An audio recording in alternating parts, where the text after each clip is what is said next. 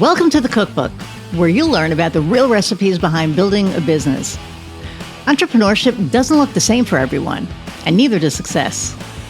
You'll hear from entrepreneurs of all kinds, tech founders, coaches, creatives, and spiritual entrepreneurs. People who've taken very different paths and learned powerful lessons along the way. We talk about the wins, the missteps, and the moments who shaped who they are today. I'm Iris Goldfeder, and this is the Cookbook. Hey everybody, and welcome to another episode of the Cookbook. I'm your host, Iris Goldfeder, and I am super excited about my guest today. And I know I always say that I'm super excited about my guests, but if I wasn't super excited about them, they wouldn't be here. But today I'm super excited because a really good friend of mine, Dr. Erin Burgoon, we haven't seen each other probably in like 2 years. And then we reconnected a couple of weeks ago, and it was like, duh, you're on the podcast again. So really quickly, a little bit about them. They are an executive business coach, a social psychologist, and the author of Joyful AF. Really good book, really amazing person. Without further ado, let's bring Erin on. Hey. Well, hey, Iris. I love that. I am joyful AF to be here. Yeah, and I'm joyful AF to have you here. And so they wrote the book a while ago, and they had a different last name, and now they have a new last name. So I don't have that book, so I didn't want to show it, but they can show you the book. Yes, it's Joyful AF, and the subtitle is important. It's the essential business strategy we're afraid to put first. So one of the things I noticed a few years ago is how many business owners are miserabling it to their success. And we all talk. I got into business for joy. Most of my clients got into business for joy, and it's the first thing they lose. And so I started to notice that actually the key to sustainable long-term success is making joy the foundation of everything. And that's not the only thing I do, but it's a big part of my mission and my message around stop miserabling it in your business. Find more joy.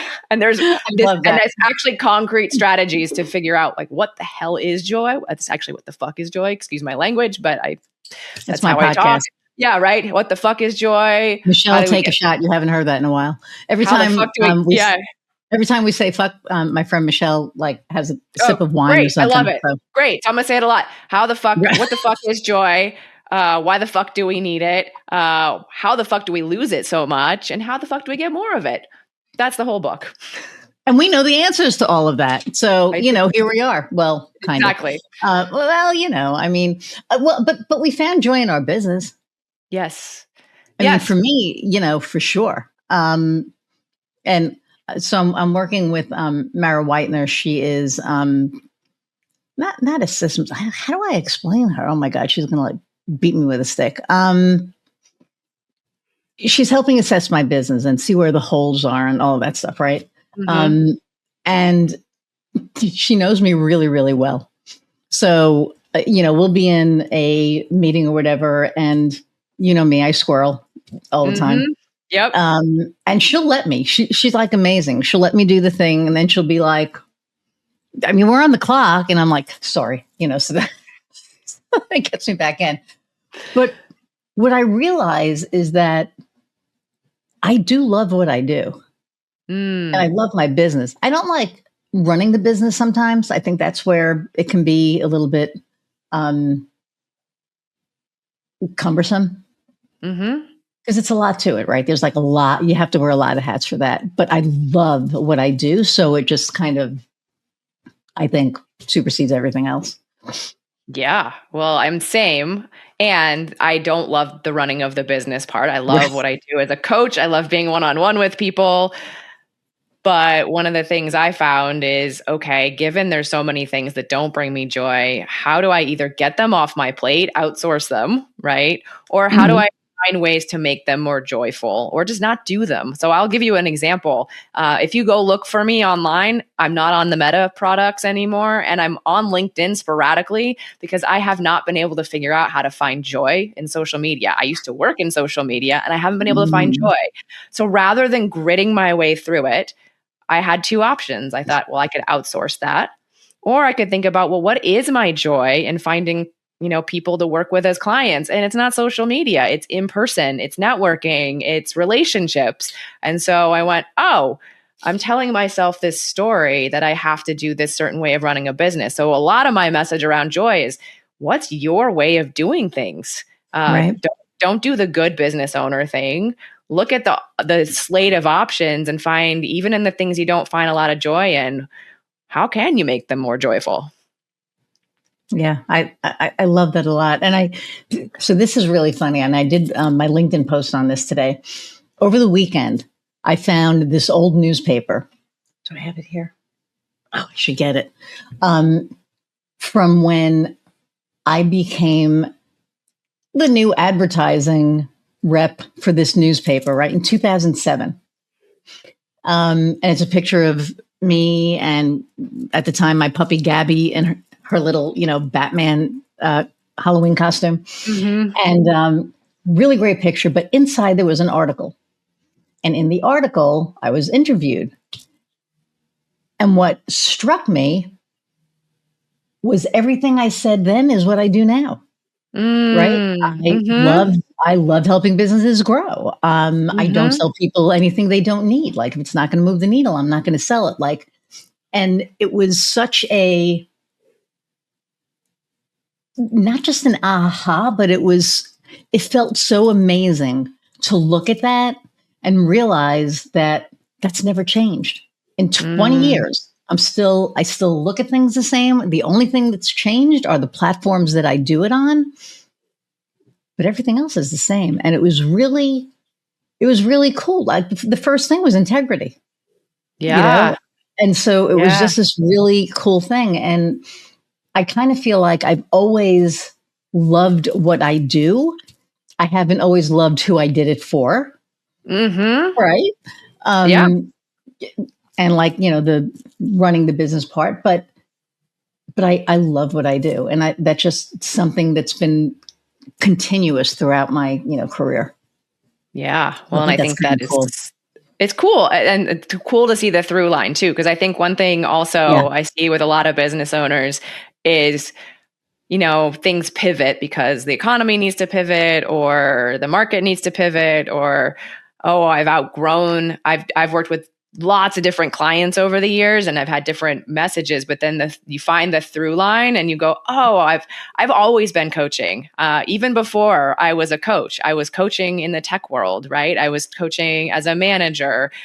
I was coaching even when I was in grad school, working with students. And so it's really nice to go back to, what's that thing that I'm so joyful doing, that thing that I love, that that feels easy to me. That's the other piece that people miss with joy, is they think, oh, things are supposed to be hard. If it's not hard, I'm not doing anything worthwhile. I'm not, and to me, no, right? The joy, the things that are our joy, the things that we're most genius at, those are the things that come super easy to us. And it feels like, really, I'm getting paid for this, right?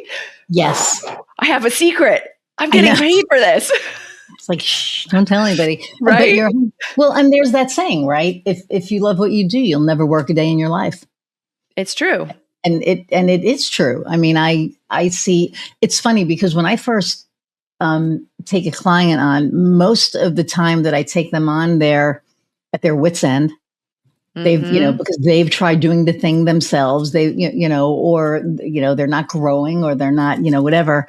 And then, I kind of walk them through their origin, their why, and their story.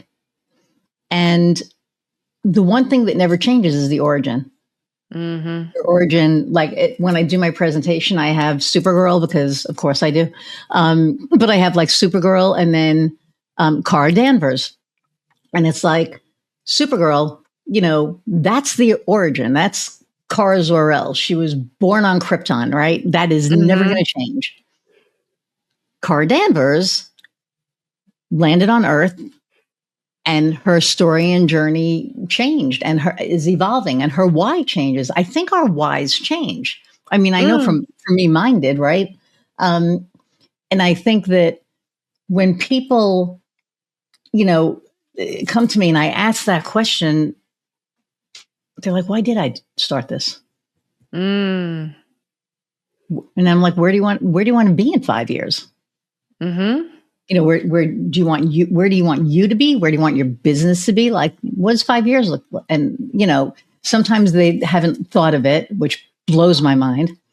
And other times, they've thought of it, but they get stuck, and it's like, okay, so we're going to break everything down. So I guess in a teeny little way, I kind of coach them, right, to kind of get them to where they want to be. And after working with me for like a year, they love what they freaking do. So I'm like, okay, I'm doing something right, and it's it's kind of humbling to be able to do that. So as a coach, I can't even imagine the joy that you get out of that, right? From helping people.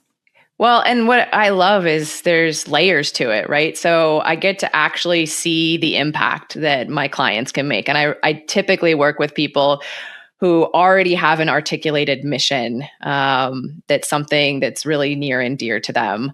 And so it's cool to be able to say, I am contributing to seeing them make that impact in the world. And at the end of the day, I see them change, right? So I'm working at the level of, yes, let's talk about your business. And we talk about operations, and we talk about, brass tacks of, you have the right people, the right roles, do you have what are your marketing, not that I'm a marketing person, but what are your marketing strategies? And, who do you need to find to help you with that? So we talk about that. What are your team dynamics, right? We look at communication and, all that kind of stuff. But at the end of the day, the thing that I get the most satisfaction out of is seeing the leader, the CEO, the person I'm coaching, show up more authentically themselves, more clear about their path. They're more joyful. They're less burnt out. Oftentimes it's because I've taken a lot of stuff off their plate. They're dealing with their inner critic, their perfectionist, their people pleasing, right? And getting to a place where things feel more in flow. And so I see a total transformation, not of just of the business, but of the person I'm working with. And that's so cool.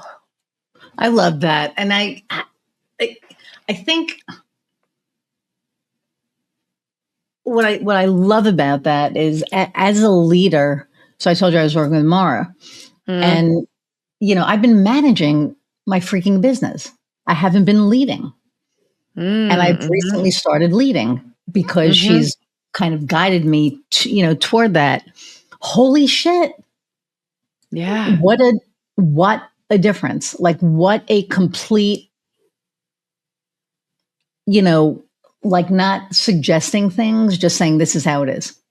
Yeah. And it was a big difference. Like I used to say, so, I'm thinking we should try it this way. When in reality, that's how I want to fucking run. Yeah. So you know what? This is how we're doing it. Well, I'm kind of used to doing it. Well, you're going to have to learn this way because this is how I want it. That's a huge mindset shift. What helped with that? She kind of, it was interesting because, so everybody thinks I'm, this badass, tough, whatever, right? In reality, I'm like a little mush ball. So yes, I didn't want. I can attest to that, listeners. She is a mush ball. I'm a mush ball. I mean, I'm badass. Don't get me wrong. I'm not going to take that away from myself, but we are multitudes, right? I know, and I am an empath. So I don't like hurting people's feelings. I don't like making people, feel on edge or called out. And it's like, she literally was like, this was like 3 sessions ago. And she was like, that's going to change. And I said, what do you mean? And she goes, I'm not going to be your bad guy. And I said, what do you mean? She goes, you have to lead. So everything has to come from you, and it has to. And I was like, oh, okay.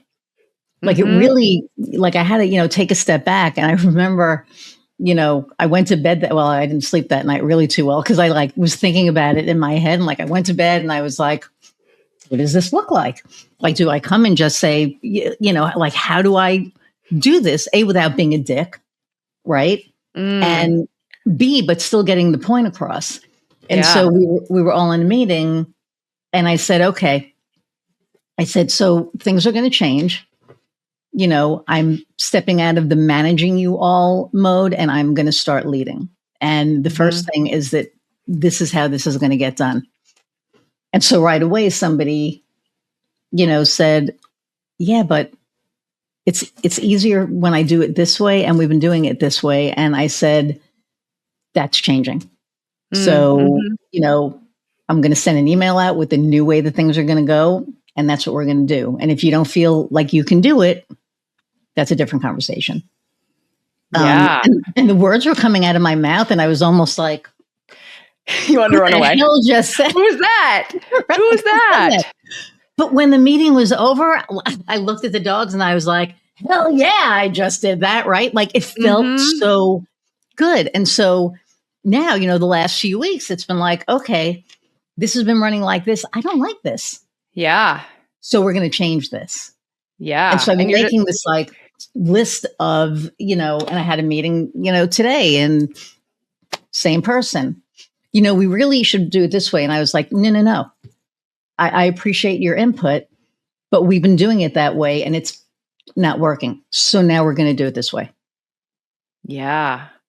And it feels good. Yeah. Well, and it strikes me, this is something that a lot of my clients that are socialized female experience, right? We're very collaborative. We're people pleasy. We want everyone to be happy. We want to make sure everybody's, you know, working to their strengths. And that gets us to a certain level, right? And I see a lot of people, we get to a certain level of success doing things in a certain way, whether it's being collaborative or I talked about joy, you know, miserabling it. And then when you realize, well, where I want to go, you're talking about 5 years, where I want to go requires me to show up completely differently, which means, oh my gosh, my team has to show up differently. Our processes have to show up differently. And it can be a scary thing, but it's that necessary shift that needs to happen. And it's looking at, you know, I love that you were writing down and finding all these different things about, okay, this has to shift, and then figuring out how do you do that while bringing all of the people who have been doing it differently with you along. Right. And it's not without resistance, right? But I also kind of feel like I have a goal for the business this year. And there's only one way we're going to hit it. And it ain't the old way, because like I tell my clients, you can't get here if you keep doing the same things that got you here.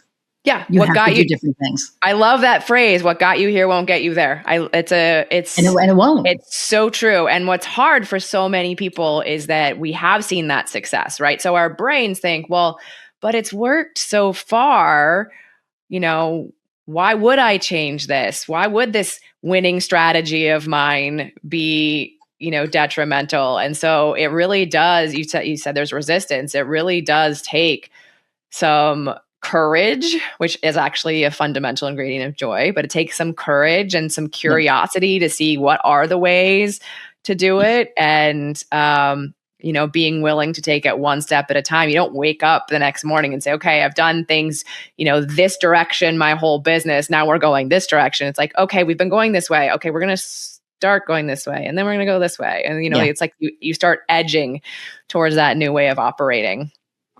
Yeah. Like we're moving everything to a whole different project management system than what we're on now, which is going to be a learning curve for me, because I haven't used the one that we're on because I hate it. So we were communicating through that. They do the projects through that. I couldn't click on it and see where every project was. I couldn't see what everybody was doing. So I had no idea what the fuck was going on. I would have to ask my director of ops. And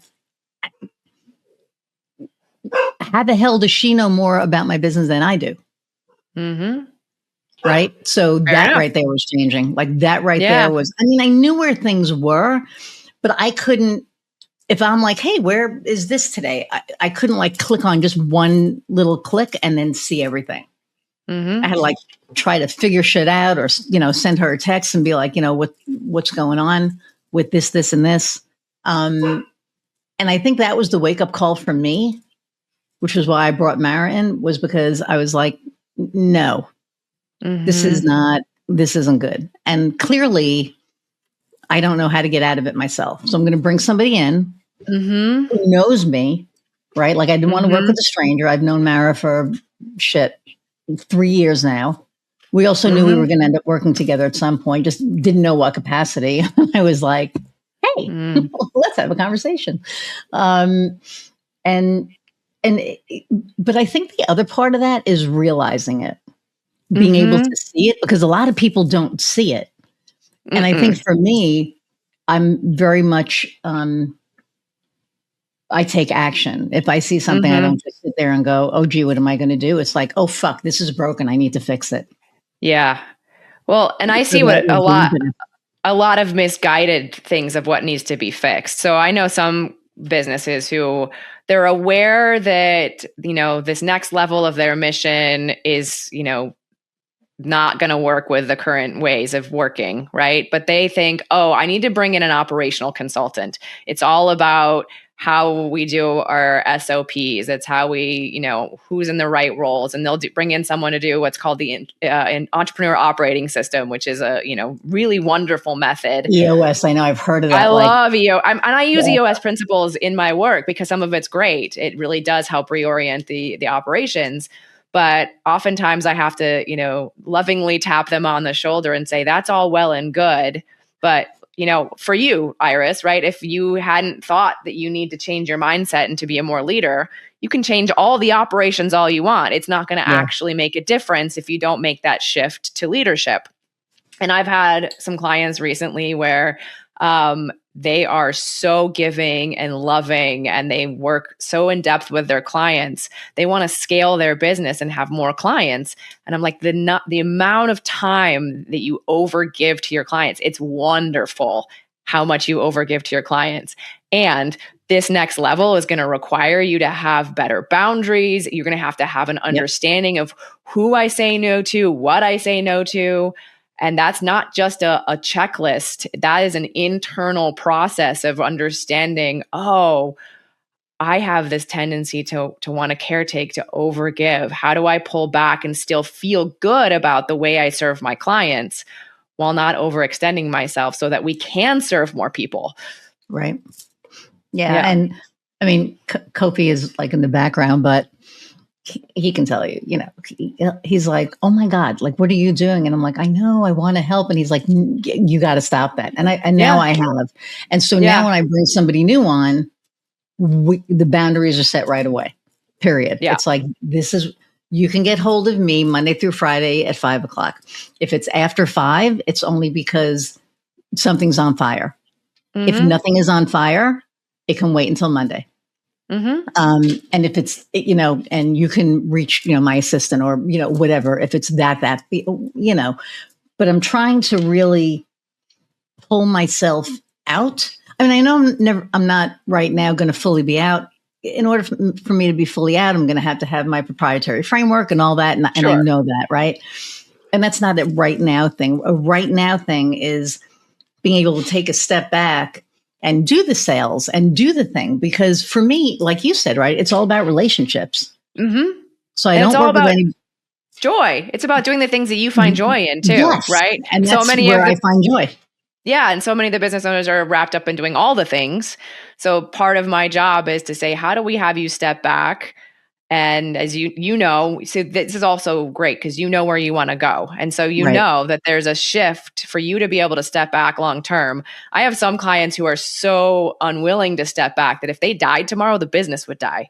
Right. And so we have to really think about those slow backward steps, right? To step out, to see higher, and to, as you do that, not lose the things that you love to do most, right? Because that can also be, that's one of the fears I see of a lot of these leaders I work with is, well, if I step back, if I'm doing less, I'm going to feel disconnected from the business, right? Or the business won't run, or what if the people don't know what they're doing, right? And so there's all these fears around stepping back, or who am I even if I'm not the one that's in the weeds?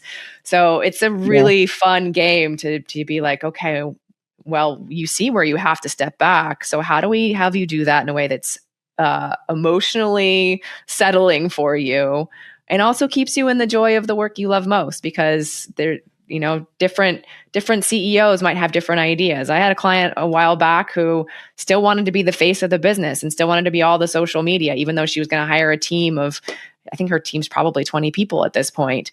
And that's not what a typical CEO does, but that was what she needed to do for her joy and for her long range. Okay. I mean, I could see that. And I get being I think any business that I've ever been a part of, I always ended up being the face. Mm-hmm. Always. Like I can't think of in the last 20 years where that, wasn't the case. And, so I mean, I get that. And, for my business, it's like, it was funny. I was talking to somebody a couple of weeks ago and they were like, you're like that person that, like you're on the Wheaties box, right? Like, there you are. And, it's like you're like the face of everything. So, when it comes time to, sell this after I grow it to a certain period, it's not going to be like, legacy where they're buying my face and then it's going to, right. You know what I mean? So it's going to be. Yeah.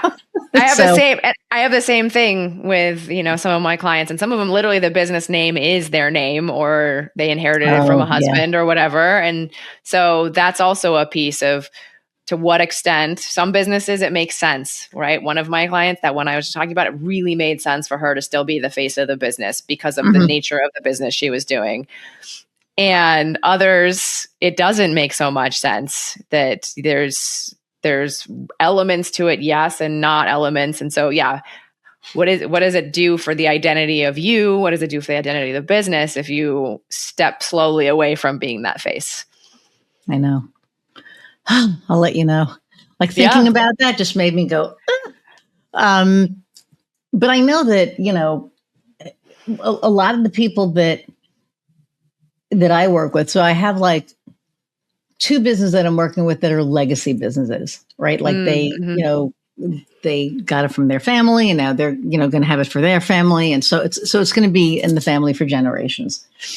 I have another client who at some point wants to sell, I have another client who buys businesses all the time. So, it's like, well, we're going to change the website. It's like, oh, okay. Do you want to, it's like stick with, it's almost like stick with, one. But that's where his joy is, right? Is procuring other businesses. I'm taking these off because it's making noise.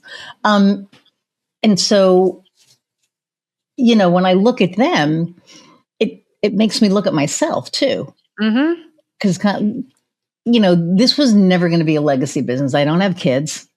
I mean, no offense. Like as soon as I said that, the dogs can't run it. What do you mean? What do you mean I don't have kids? Right? What do you mean?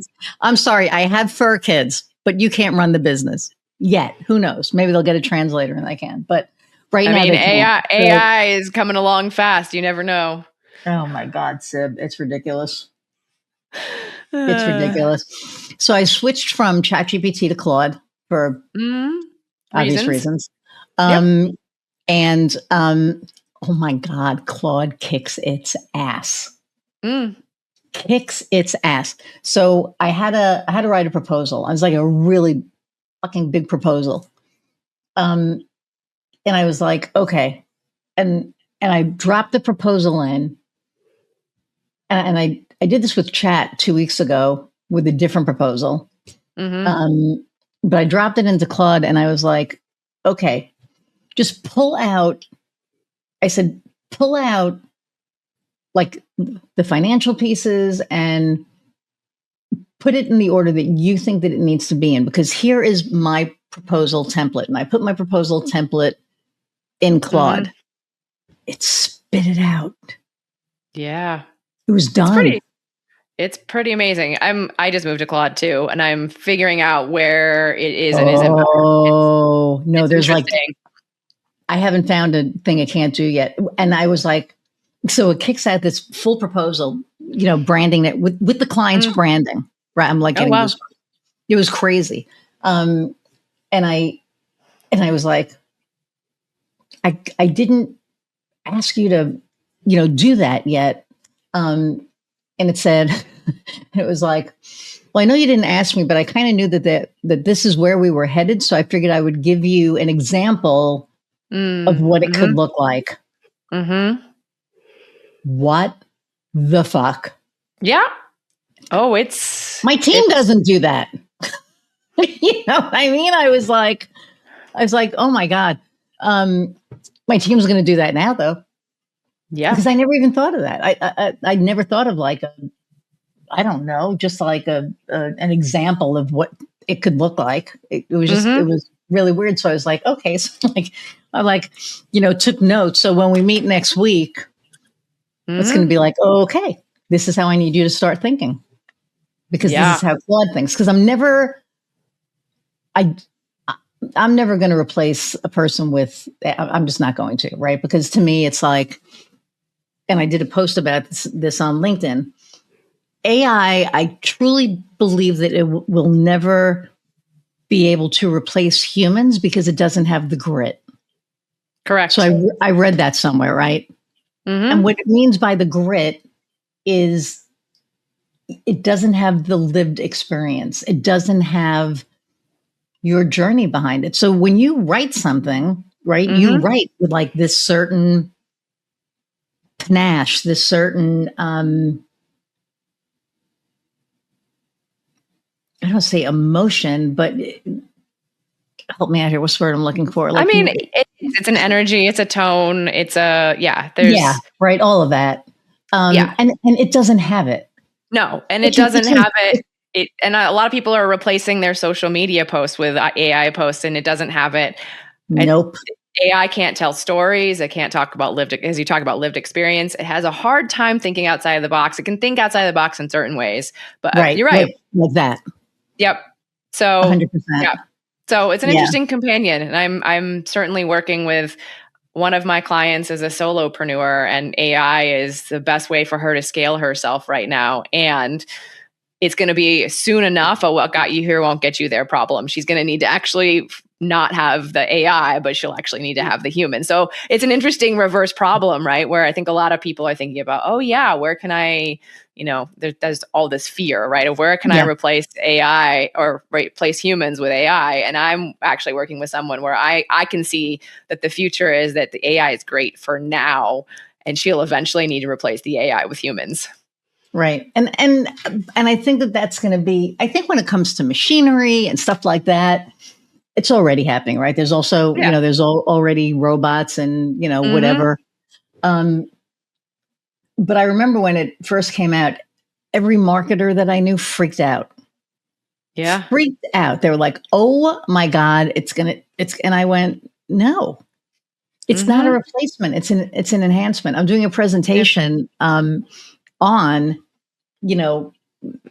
getting your, story out there consistently using AI, but using AI ethically, so that your team can use certain phrases. Your team can drop certain things in AI and it'll spit out something that, that is brand consistent, but it's not like they have to use their words.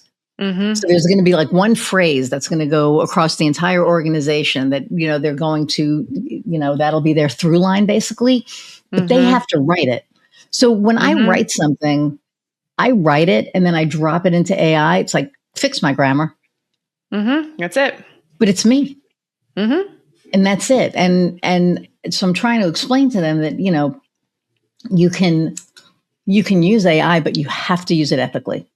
And you can train AI, but you have to train it ethically. And I think that a lot of people are using it as, like you said, social media replacement. I know people who freaking wrote a book. Oh, yeah. With AI. Like the whole book was AI. Yeah. And I remember they sent me the transcript.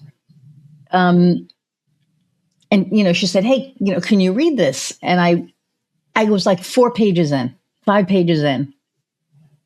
And I called her up and I was like, when are you going to write it? Oh, what do you mean? I did write it. And I said, no. This is all AI. What do you mean? because I can tell the cadence. Mm-hmm. I can tell the certain phrasing. There's just some things that are just super. It doesn't have to be a fucking M dash. No. And M dashes actually aren't bad. I use them all the time. If you look through this book, definitely not AI. This was actually spoken before it was written. And I can open this up and there are, M dashes everywhere. Yeah. Right. Yes. But, M dashes were, they've been a good thing. It's not a bad thing. Yeah. So, yeah. But I think it's really funny. And she was, annoyed. And I said, dictate it, talk into it. So That's what I did. Right. And so for me, I opened up Word. Yeah. And I talked into it. It was basically about somebody who had an influence on my life, right? Like, and why I lead the way that I do. I told you Sister Amy passed away and all that. And so it was about her. And I started typing it and then I was like, I'm just going to talk into it. And I talked into Word. And it just let me, go and pause where I needed to pause. It got all my ums. It got all my, because I was, talking the way I talk. And when I was done, I looked at it. I cleaned it up as much as I could. I put it in paragraphs so that it, made sense. And then I switched a couple of things around because, I got emotional. So I was like, okay, I probably should, switch a couple of things. And then I dropped it into chat and I said, can you just clean the grammar up? And it made some suggestions. And I said, I don't want that. I just want you to clean the grammar up. Well, it could be tighter if you clean the grammar up. And that's it. And that's what it did. So now you can take the suggestions if you want. I don't think they're bad, but for me, it was like, it needed to be a certain way. Yep. Because it was my experience. It was, what made me, really what made me who I am today. So. Well, absolutely. And I'm not joking. Literally the entire first draft of this was spoken. This was before AI, before text to speech. I put it into Otter AI, which is a program that's been around for a while. And the reason I did that was because every time I opened Microsoft Word and started to type anything out, I sounded like a stodgy academic trying to defend my thesis on joy. And every time I would get stuck and I would talk, I was working with a book coach at the time. And eventually she just said, Erin, every time we're on Zoom, we have these great conversations and you have these mic drop things to say. Have you ever thought about just speaking it? And so I literally thought to myself, oh my gosh, my joy is in conversations. And when I'm speaking, I don't have those filters, those parts of myself that need to be that smart academic or need to have the sentence correct. So I didn't even have a format for the book. It wasn't like I was like, okay, I'm writing this chapter. Let me talk this. I literally just talked about everything I could think about on joy over the course of a couple of weeks. And that turned into how many pages is this book? 262 pages. Wow. That I then cleaned up and organized into something that felt like an order. And I've called it Conversations because I actually was just at a book club recently of some friends who read my book and they said, oh my gosh, we can actually hear your voice in this. We can imagine you talking this. And that was such a cool thing to realize that, oh, the thing that brought me joy in getting this written brought other people joy in the reading. See, and now you can do an audiobook. I can. And actually I've had so many offers for AI to do an audiobook or someone else to read my audiobook. And I thought that is absolutely the antithesis. If I'm going to say I wrote my whole book speaking to it, there is no other voice besides mine that's going to do this. No. But I haven't had the itch to actually record it yet. So that might happen someday. But point being is there's a lot of joy in finding your way to do things. Yes. No, I agree so much. So, there are entrepreneurs that are listening to this, people that are thinking about becoming entrepreneurs. So for the people that are toying with the idea of becoming an entrepreneur, what kind of advice would you give them? There's a couple of things that come straight to mind. One being, you don't have to, you talked about your why, right? I'm going to say you don't actually have to know your why quite yet. It's sort of a misguided thing that people think, oh my gosh, what's my why? And, Simon Sinek, find your why. You don't need to know why yet. You don't need to know what you're going towards yet, because so many people are, well, I don't have the 5-year vision. What is my 5-year plan? Oh my gosh. You don't even have to know how you're getting there. So, we're talking about the why, the what, and the how. You don't have to know any of that. All you need to know is that you're curiously taking the one step at a time, and to know that you're going to have to take a lot of curious experimental steps for a long time before you land on what the thing is and why you're doing it and whether it's sustainable long term. But don't have it all figured out right now. I think that can stop so many people from taking that first step. Yes, no, because it can be overwhelming. And it will change, right? Like I said at the beginning of the conversation, when I first started my business in 2018, I had no idea. I knew I liked coaching. I was getting coaching training. I didn't know who I was coaching. I didn't know what I was coaching on. You asked me at the beginning before we started, what kind of coach am I? Yeah, I call myself an executive and business coach, but I've talked with people about career. I've talked to people about life. I've talked to people about relationships. And I just coached. I coached anyone who would be interested in having a conversation with me. And it slowly morphed into, okay, this is who I serve. And then I was serving a very different clientele for several years. I was really at that point of working with that entrepreneur who's maybe still in corporate and thinking about making the leap, or they've made the leap and now they have no fucking clue what they're doing and they need a coach. And that was great.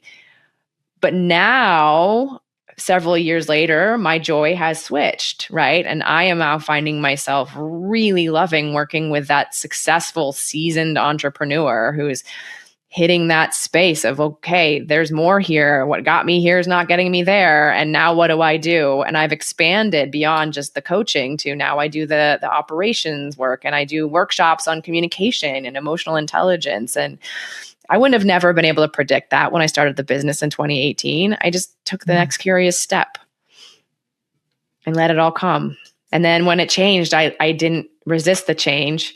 I mean, I probably resisted a little bit, but I just allowed that, oh, okay, I can work on something different. I can do work with different people. Yeah. And I think, like, for me, it changed because, when we first started 10 years ago, 11 years ago, we built websites and did SEO, and that was it. And it was so different back then. It was like $1,800 for a website, $300 for SEO, right? It was like it was just like, because it was like 3 keywords a month or, whatever it was, right? Like everything was just completely different. And one of the things that really struck me was, and I can go back to that article, right? I remember when I was doing this next iteration, which was almost 4 years ago, which is insane. That was almost 4 years. I knew that I wanted to do it differently. I knew that I needed to basically go back to my roots, but I didn't know what it looked like. And so the first thing I did actually was the podcast. Kofi was like, after me forever to do a podcast. And so finally and this was after I found out with the COVID thing, I was going to live. And it was like, oh my God, what do I do? So it was like, first thing, okay, I'm doing the podcast. We're doing the podcast. And then it was like, okay, we have this business. You have a great reputation. What are you going to do? How are you going to serve people? And it took me about a good month to really sit there and look at where the need was. And then it was just really odd because this person came to me out of nowhere and said, I need this, this, this, this, and this. And I was like, I know I can get that all done for you. And I said, it's not going to be me. I work with contractors. If you're okay with that, these people are trusted. I've known them for years. And they were like, I don't care, whatever you need to do, get it done. And then it was like, okay. So all of a sudden I became this orchestrator of putting things together. And then it became like Tetris, right? It just started to be, and you remember the Queen's Gambit when she's laying in bed and like all the chess pieces are moving, right? Yep. It's like, thank you, ADHD, because I see the whole picture, and and I really do get to like see the entire picture and know exactly what they need, know who I need to put on what, and that's how this became what it became, and then it just was really kind of honing it, getting the right people, realizing I can't do it myself. I kind of need somebody to help me, because my calendar was getting insane, and it's easy for me to like write something down on this, or worse on this, and then it's like, where did that go? So then I started talking into my phone, so I wouldn't lose it later. If something would come, I would talk and it would be in the thing, and I was like, okay, this is stupid, it's time. So then I got somebody to actually help manage me so that I could manage everybody else. And then we grew to the point that it was like, great, I can have somebody manage the team so that I can do the thing that my zone of genius. And that's how it grew. And now I'm ready for that next level. And that's why, and it was so funny because like when I hit it and I'm like, okay, kiddo, you're here. I love that you called yourself kiddo. That's great. Be here, right? Yeah, so it was like, follow your own advice. And that was, what I've done. And that's what I'm in the process of doing now. And it's really freeing. And again, going back to the leadership piece, I love helping people.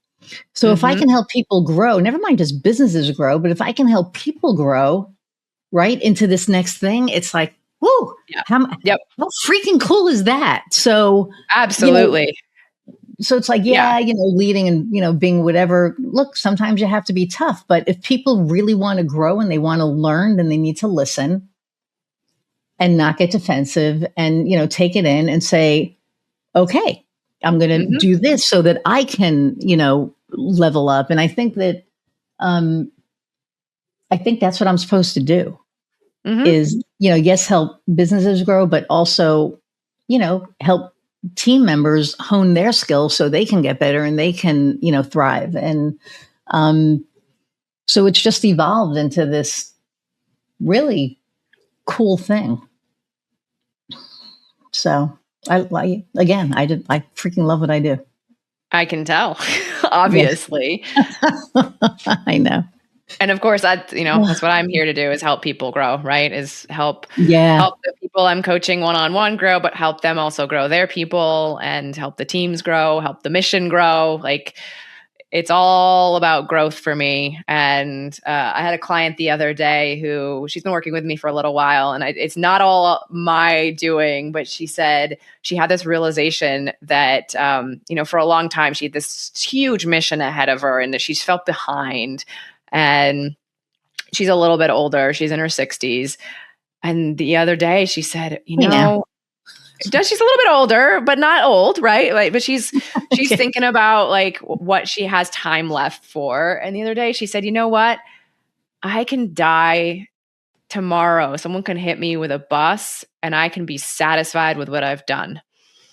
And I said, that's beautiful, because now everything from here on out is gravy. It's gravy, 100%. It's gravy, and how fun. And so now we're going to be playing, and she does have this incredibly beautiful mission around helping seniors.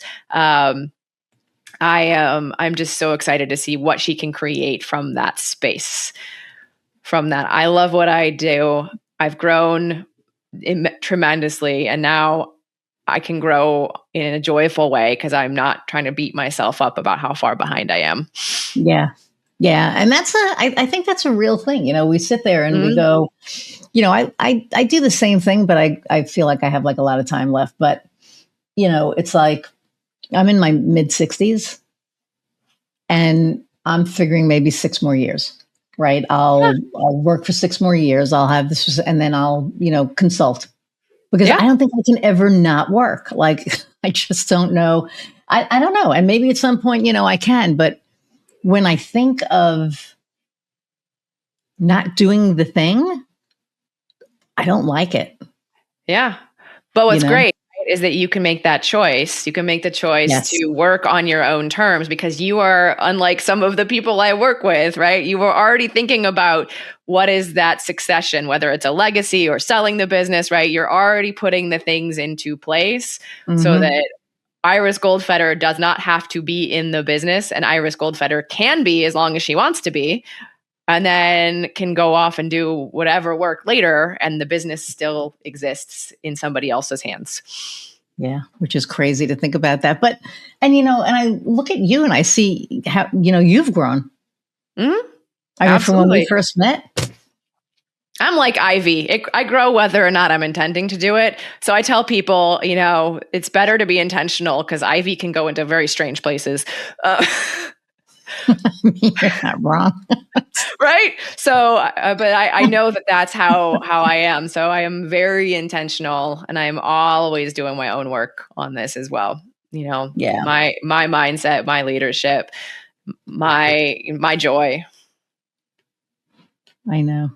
It's funny. I think of when we first met, before, like, I stayed with you and stuff, but like when we first met, and where you had just moved to California, and you were in this like place, and and then I stayed with you, and then I met Audrey, who I thought was just amazing, and I was like, oh yeah, I knew. I was like, yeah, you're going to marry her. I mean, I said that to you. I think I was like, yeah, you're going to marry her. And you were like, well, and we might share a similar connection to someone who can see things in the future, who told me that I was going to marry her too.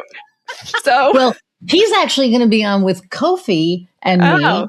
I think next week or the week after, and we're going to be talking about AI and like all the things. Good, But that's right, because we did a session with him.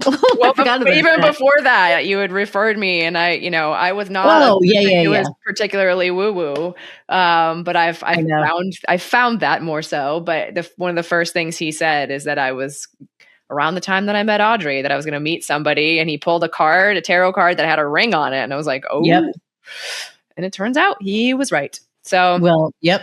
And it was funny, because I remember when I first said to you, I was like, so I because you were going through all that stuff, and I was like, I know somebody who could probably kind of walk you through that. And you were like, yeah, I don't know if I. Yeah. You were like, yeah, and I was like, just talk to him. It can't hurt. And here we are. So. And I will say, I talk a lot about like business and operations, but one of the secret things I do bring to my clients now is I do bring a little bit of the woo. I've gotten very into my own.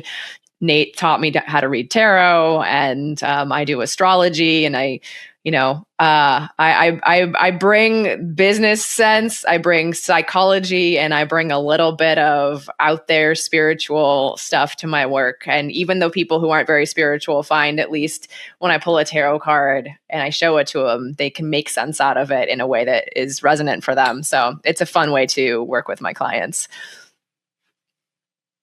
I'm sitting here thinking, I don't think well, it depends. It depends on the client. Like, everybody knows I'm woo. I mean, that's not a secret. Like, if you listen to the podcast, then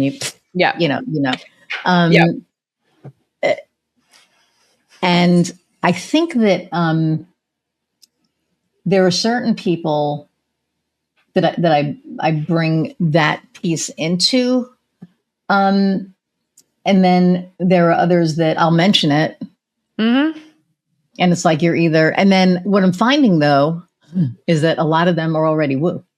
Yeah. Well, and the people who are drawn to me are that way too. I'm finding two real interesting connections. There's a lot of people in my life, my ex-wife, my current wife, my stepdaughter, a lot of people who have ADHD, which also a lot of people in entrepreneurship have ADHD. So I tend to 100%. have a lot of people who come to me and they reveal, oh, I have ADHD, and I'm like, great. No kidding.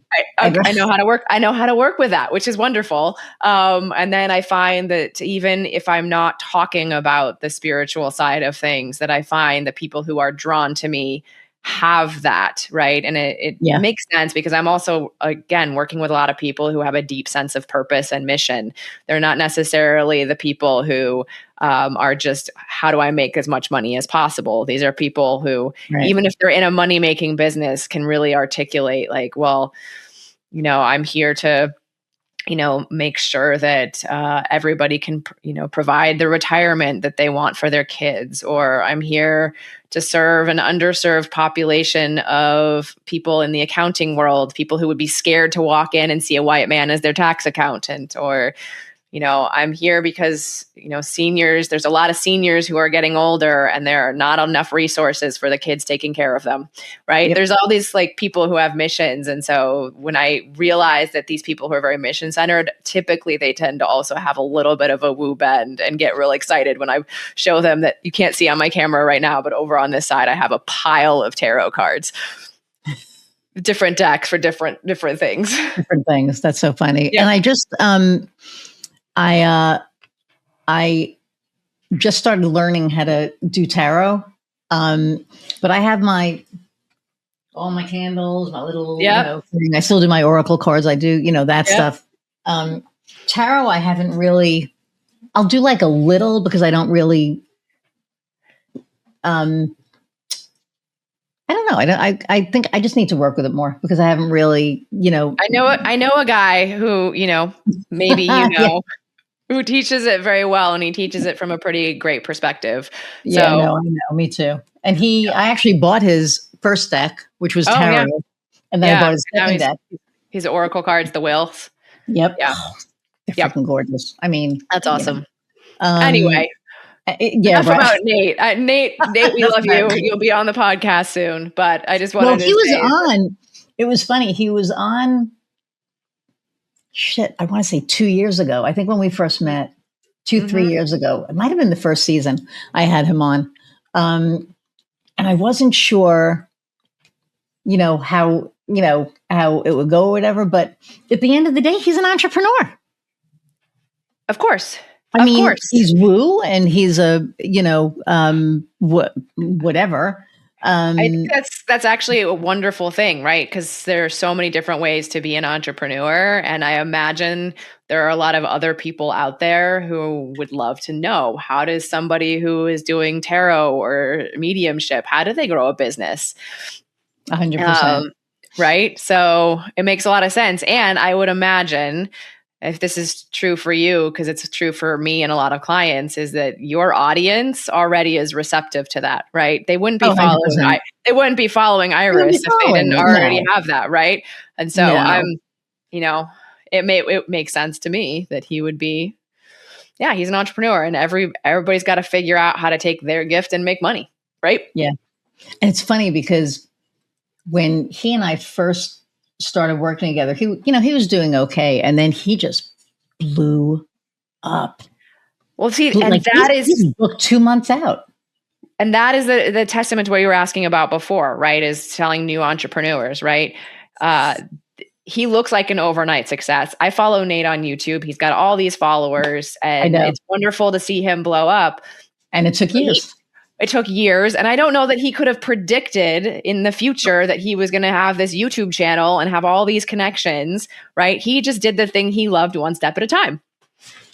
Yes. Sorry, dogs came in, paper on the floor. But I wanted to tie that back because I think it's really important to see these different examples of, you have to have grit, as you said, and you have to be in it for a while, and you have to be open to not knowing where it's going.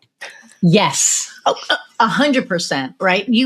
It's almost like Martin Luther King, right? He said you have to take that first step of faith. Yes. You can't see the staircase, but you just take that step and know that it's going to be there. And then you take the next step and you know that it's going to be there. Because if you have that fear, I think the first year back into this, I had that. And Nate was hilarious. I attest a lot of my success to him for my mindset, right? Mm-hmm. And that first year, I was afraid to take those steps. Mm-hmm. I was like, okay, I'll take the first step. And literally I had agita. Like I wanted to throw up, right? But I took that step and it was like, whew, okay, I'm here. And then it was like, I'm going to go back there for a minute. So I went back, right? Because it was safer. And I knew that the next step was there. Mm-hmm. It's like, all right, right on. So then I was like, okay, now I'm on that step. And it's like, okay, here comes the next step. So then I took the next step and that was there. And then I went back to the first step, right? And I started, and then I got to a point, I think I got like halfway there and I was like, oh, fuck it. I know I'm good. And I just remember, walking like in my head, walking that, that walkway or that stairway, knowing that each next step was going to be there and it was going to carry me and it was going to hold me and it was going to, and then when I got to the other side, which was like probably last year sometime, I remember, looking back and going, holy shit. Yeah. I walked a long way. Right. I mean, I trusted it. I trusted myself. I trusted that things were going to work out, and they did. I mean, there were some hard months. I mean, holy shit, there were a lot of hard months. Right. But, if you let those hard months stop you, you're not going to go to that next step. And then you're not going to know what's next. Yep. It's the courage that you have to have. You have to have the courage to take the step, and you have to have the courage to stay in it. Yes. And see where things go. I like to tell people, this is one of the concepts I read about in my book, that we're not planting seeds in our business. We're planting magic beans. And magic beans, the reason we're not planting seeds is because if you plant a seed, it's like you kind of have this idea, right? I know that I put a zucchini in the ground and therefore in a certain amount of weeks, I'm going to see a zucchini. Right. But in our business, we're dropping these magic beans and we don't know when they're going to grow. We don't know if they're going to grow and we don't know what they're going to grow into. And so if you can think of it in that way, like, oh, there's a thing that might happen 5 years down the road because I did this thing today, that helps stay in it when you have those tough months. Yeah. You just have the courage to keep planting these unknown magic beans, not knowing when they're going to grow, what's going to happen. And, realize that confidence is not the thing you need. It's courage, right? It's confidence. 100%. Confidence comes afterwards. And it's not even confidence that I can do it. It's just confidence it's all going to work out. Or if it doesn't, I'm going to be able to pivot. But so many people are like, well, I'm not confident enough. Great. You don't get confident until you've had the courage to take those steps, to plant those magic beans, to see what happens. And then you're not always going to be confident you know how to do it, but you are going to be confident that, like, okay, if I look back, things worked out okay. So here I'm confident I can keep going forward. Correct. And I don't want to stay here. I want to get here. And what got me here isn't going to get me there. Correct. So, full circle, right? So, and I will say, as a full circle moment, those things you're talking about, those like, I'm going to take that courageous step. I've got the agita. That, if you're a business owner out there listening and you're at that place where what got you here won't get you there, it's totally normal to feel like you're back in that space of the beginner, of having the agita and having the, I don't know what the next step is. And so if you're telling yourself you're supposed to, cut it out. Right. No, right. Like, stop with the negative self-talk. Stop with the, just go back to what you know. The little engine that could. I know I can. I know I can. I know I can. Yep. It's going to require something different, but you can do it. And it's 100%. Okay to have the agita. That's all I'm going to say. So that's my full circle. Yep. You're not a New Yorker's agita, but you're like agita. Well, I say it differently, but I know whatever. I'm teasing you. I'm just teasing you. So we're over an hour already. I mean, we knew that was going to happen. Yeah. So first off, thank you for coming on and you're welcome. Sharing yourself with me and my audience. I adore you. It. So, same. So, where can people find you? Yeah. So I think right now, the best place, if they want my book, go to Amazon, just type Joyful AF. I will say, if you're listening to this and not watching, it's JOY-FULL. There's a reason for that. So find that on Amazon. And then I would say right now, find me on LinkedIn. I do have a website. It's drerinb.com. But I have already mentioned I am transitioning, right? I'm working with a different clientele, and I have not yet updated my website to do that, to talk about that. So if you want to actually connect with me more personally and see more about what I do, go to my LinkedIn, which is also Dr. Erin B. Awesome. And then the last question that I ask all my guests is, what lights your fire? There's so many things that light my fire, but I'm going to say something different right now. My lovely opera singer wife has been teaching me voice. I've always been a guitar player, and I'm taking more guitar lessons right now, but she is teaching me proper technique and voice, and it is lighting me up beyond belief.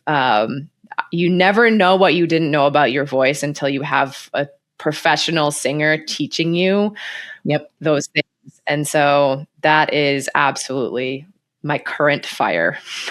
That is amazing. And I started voice lessons too, with an opera singer. She's actually local.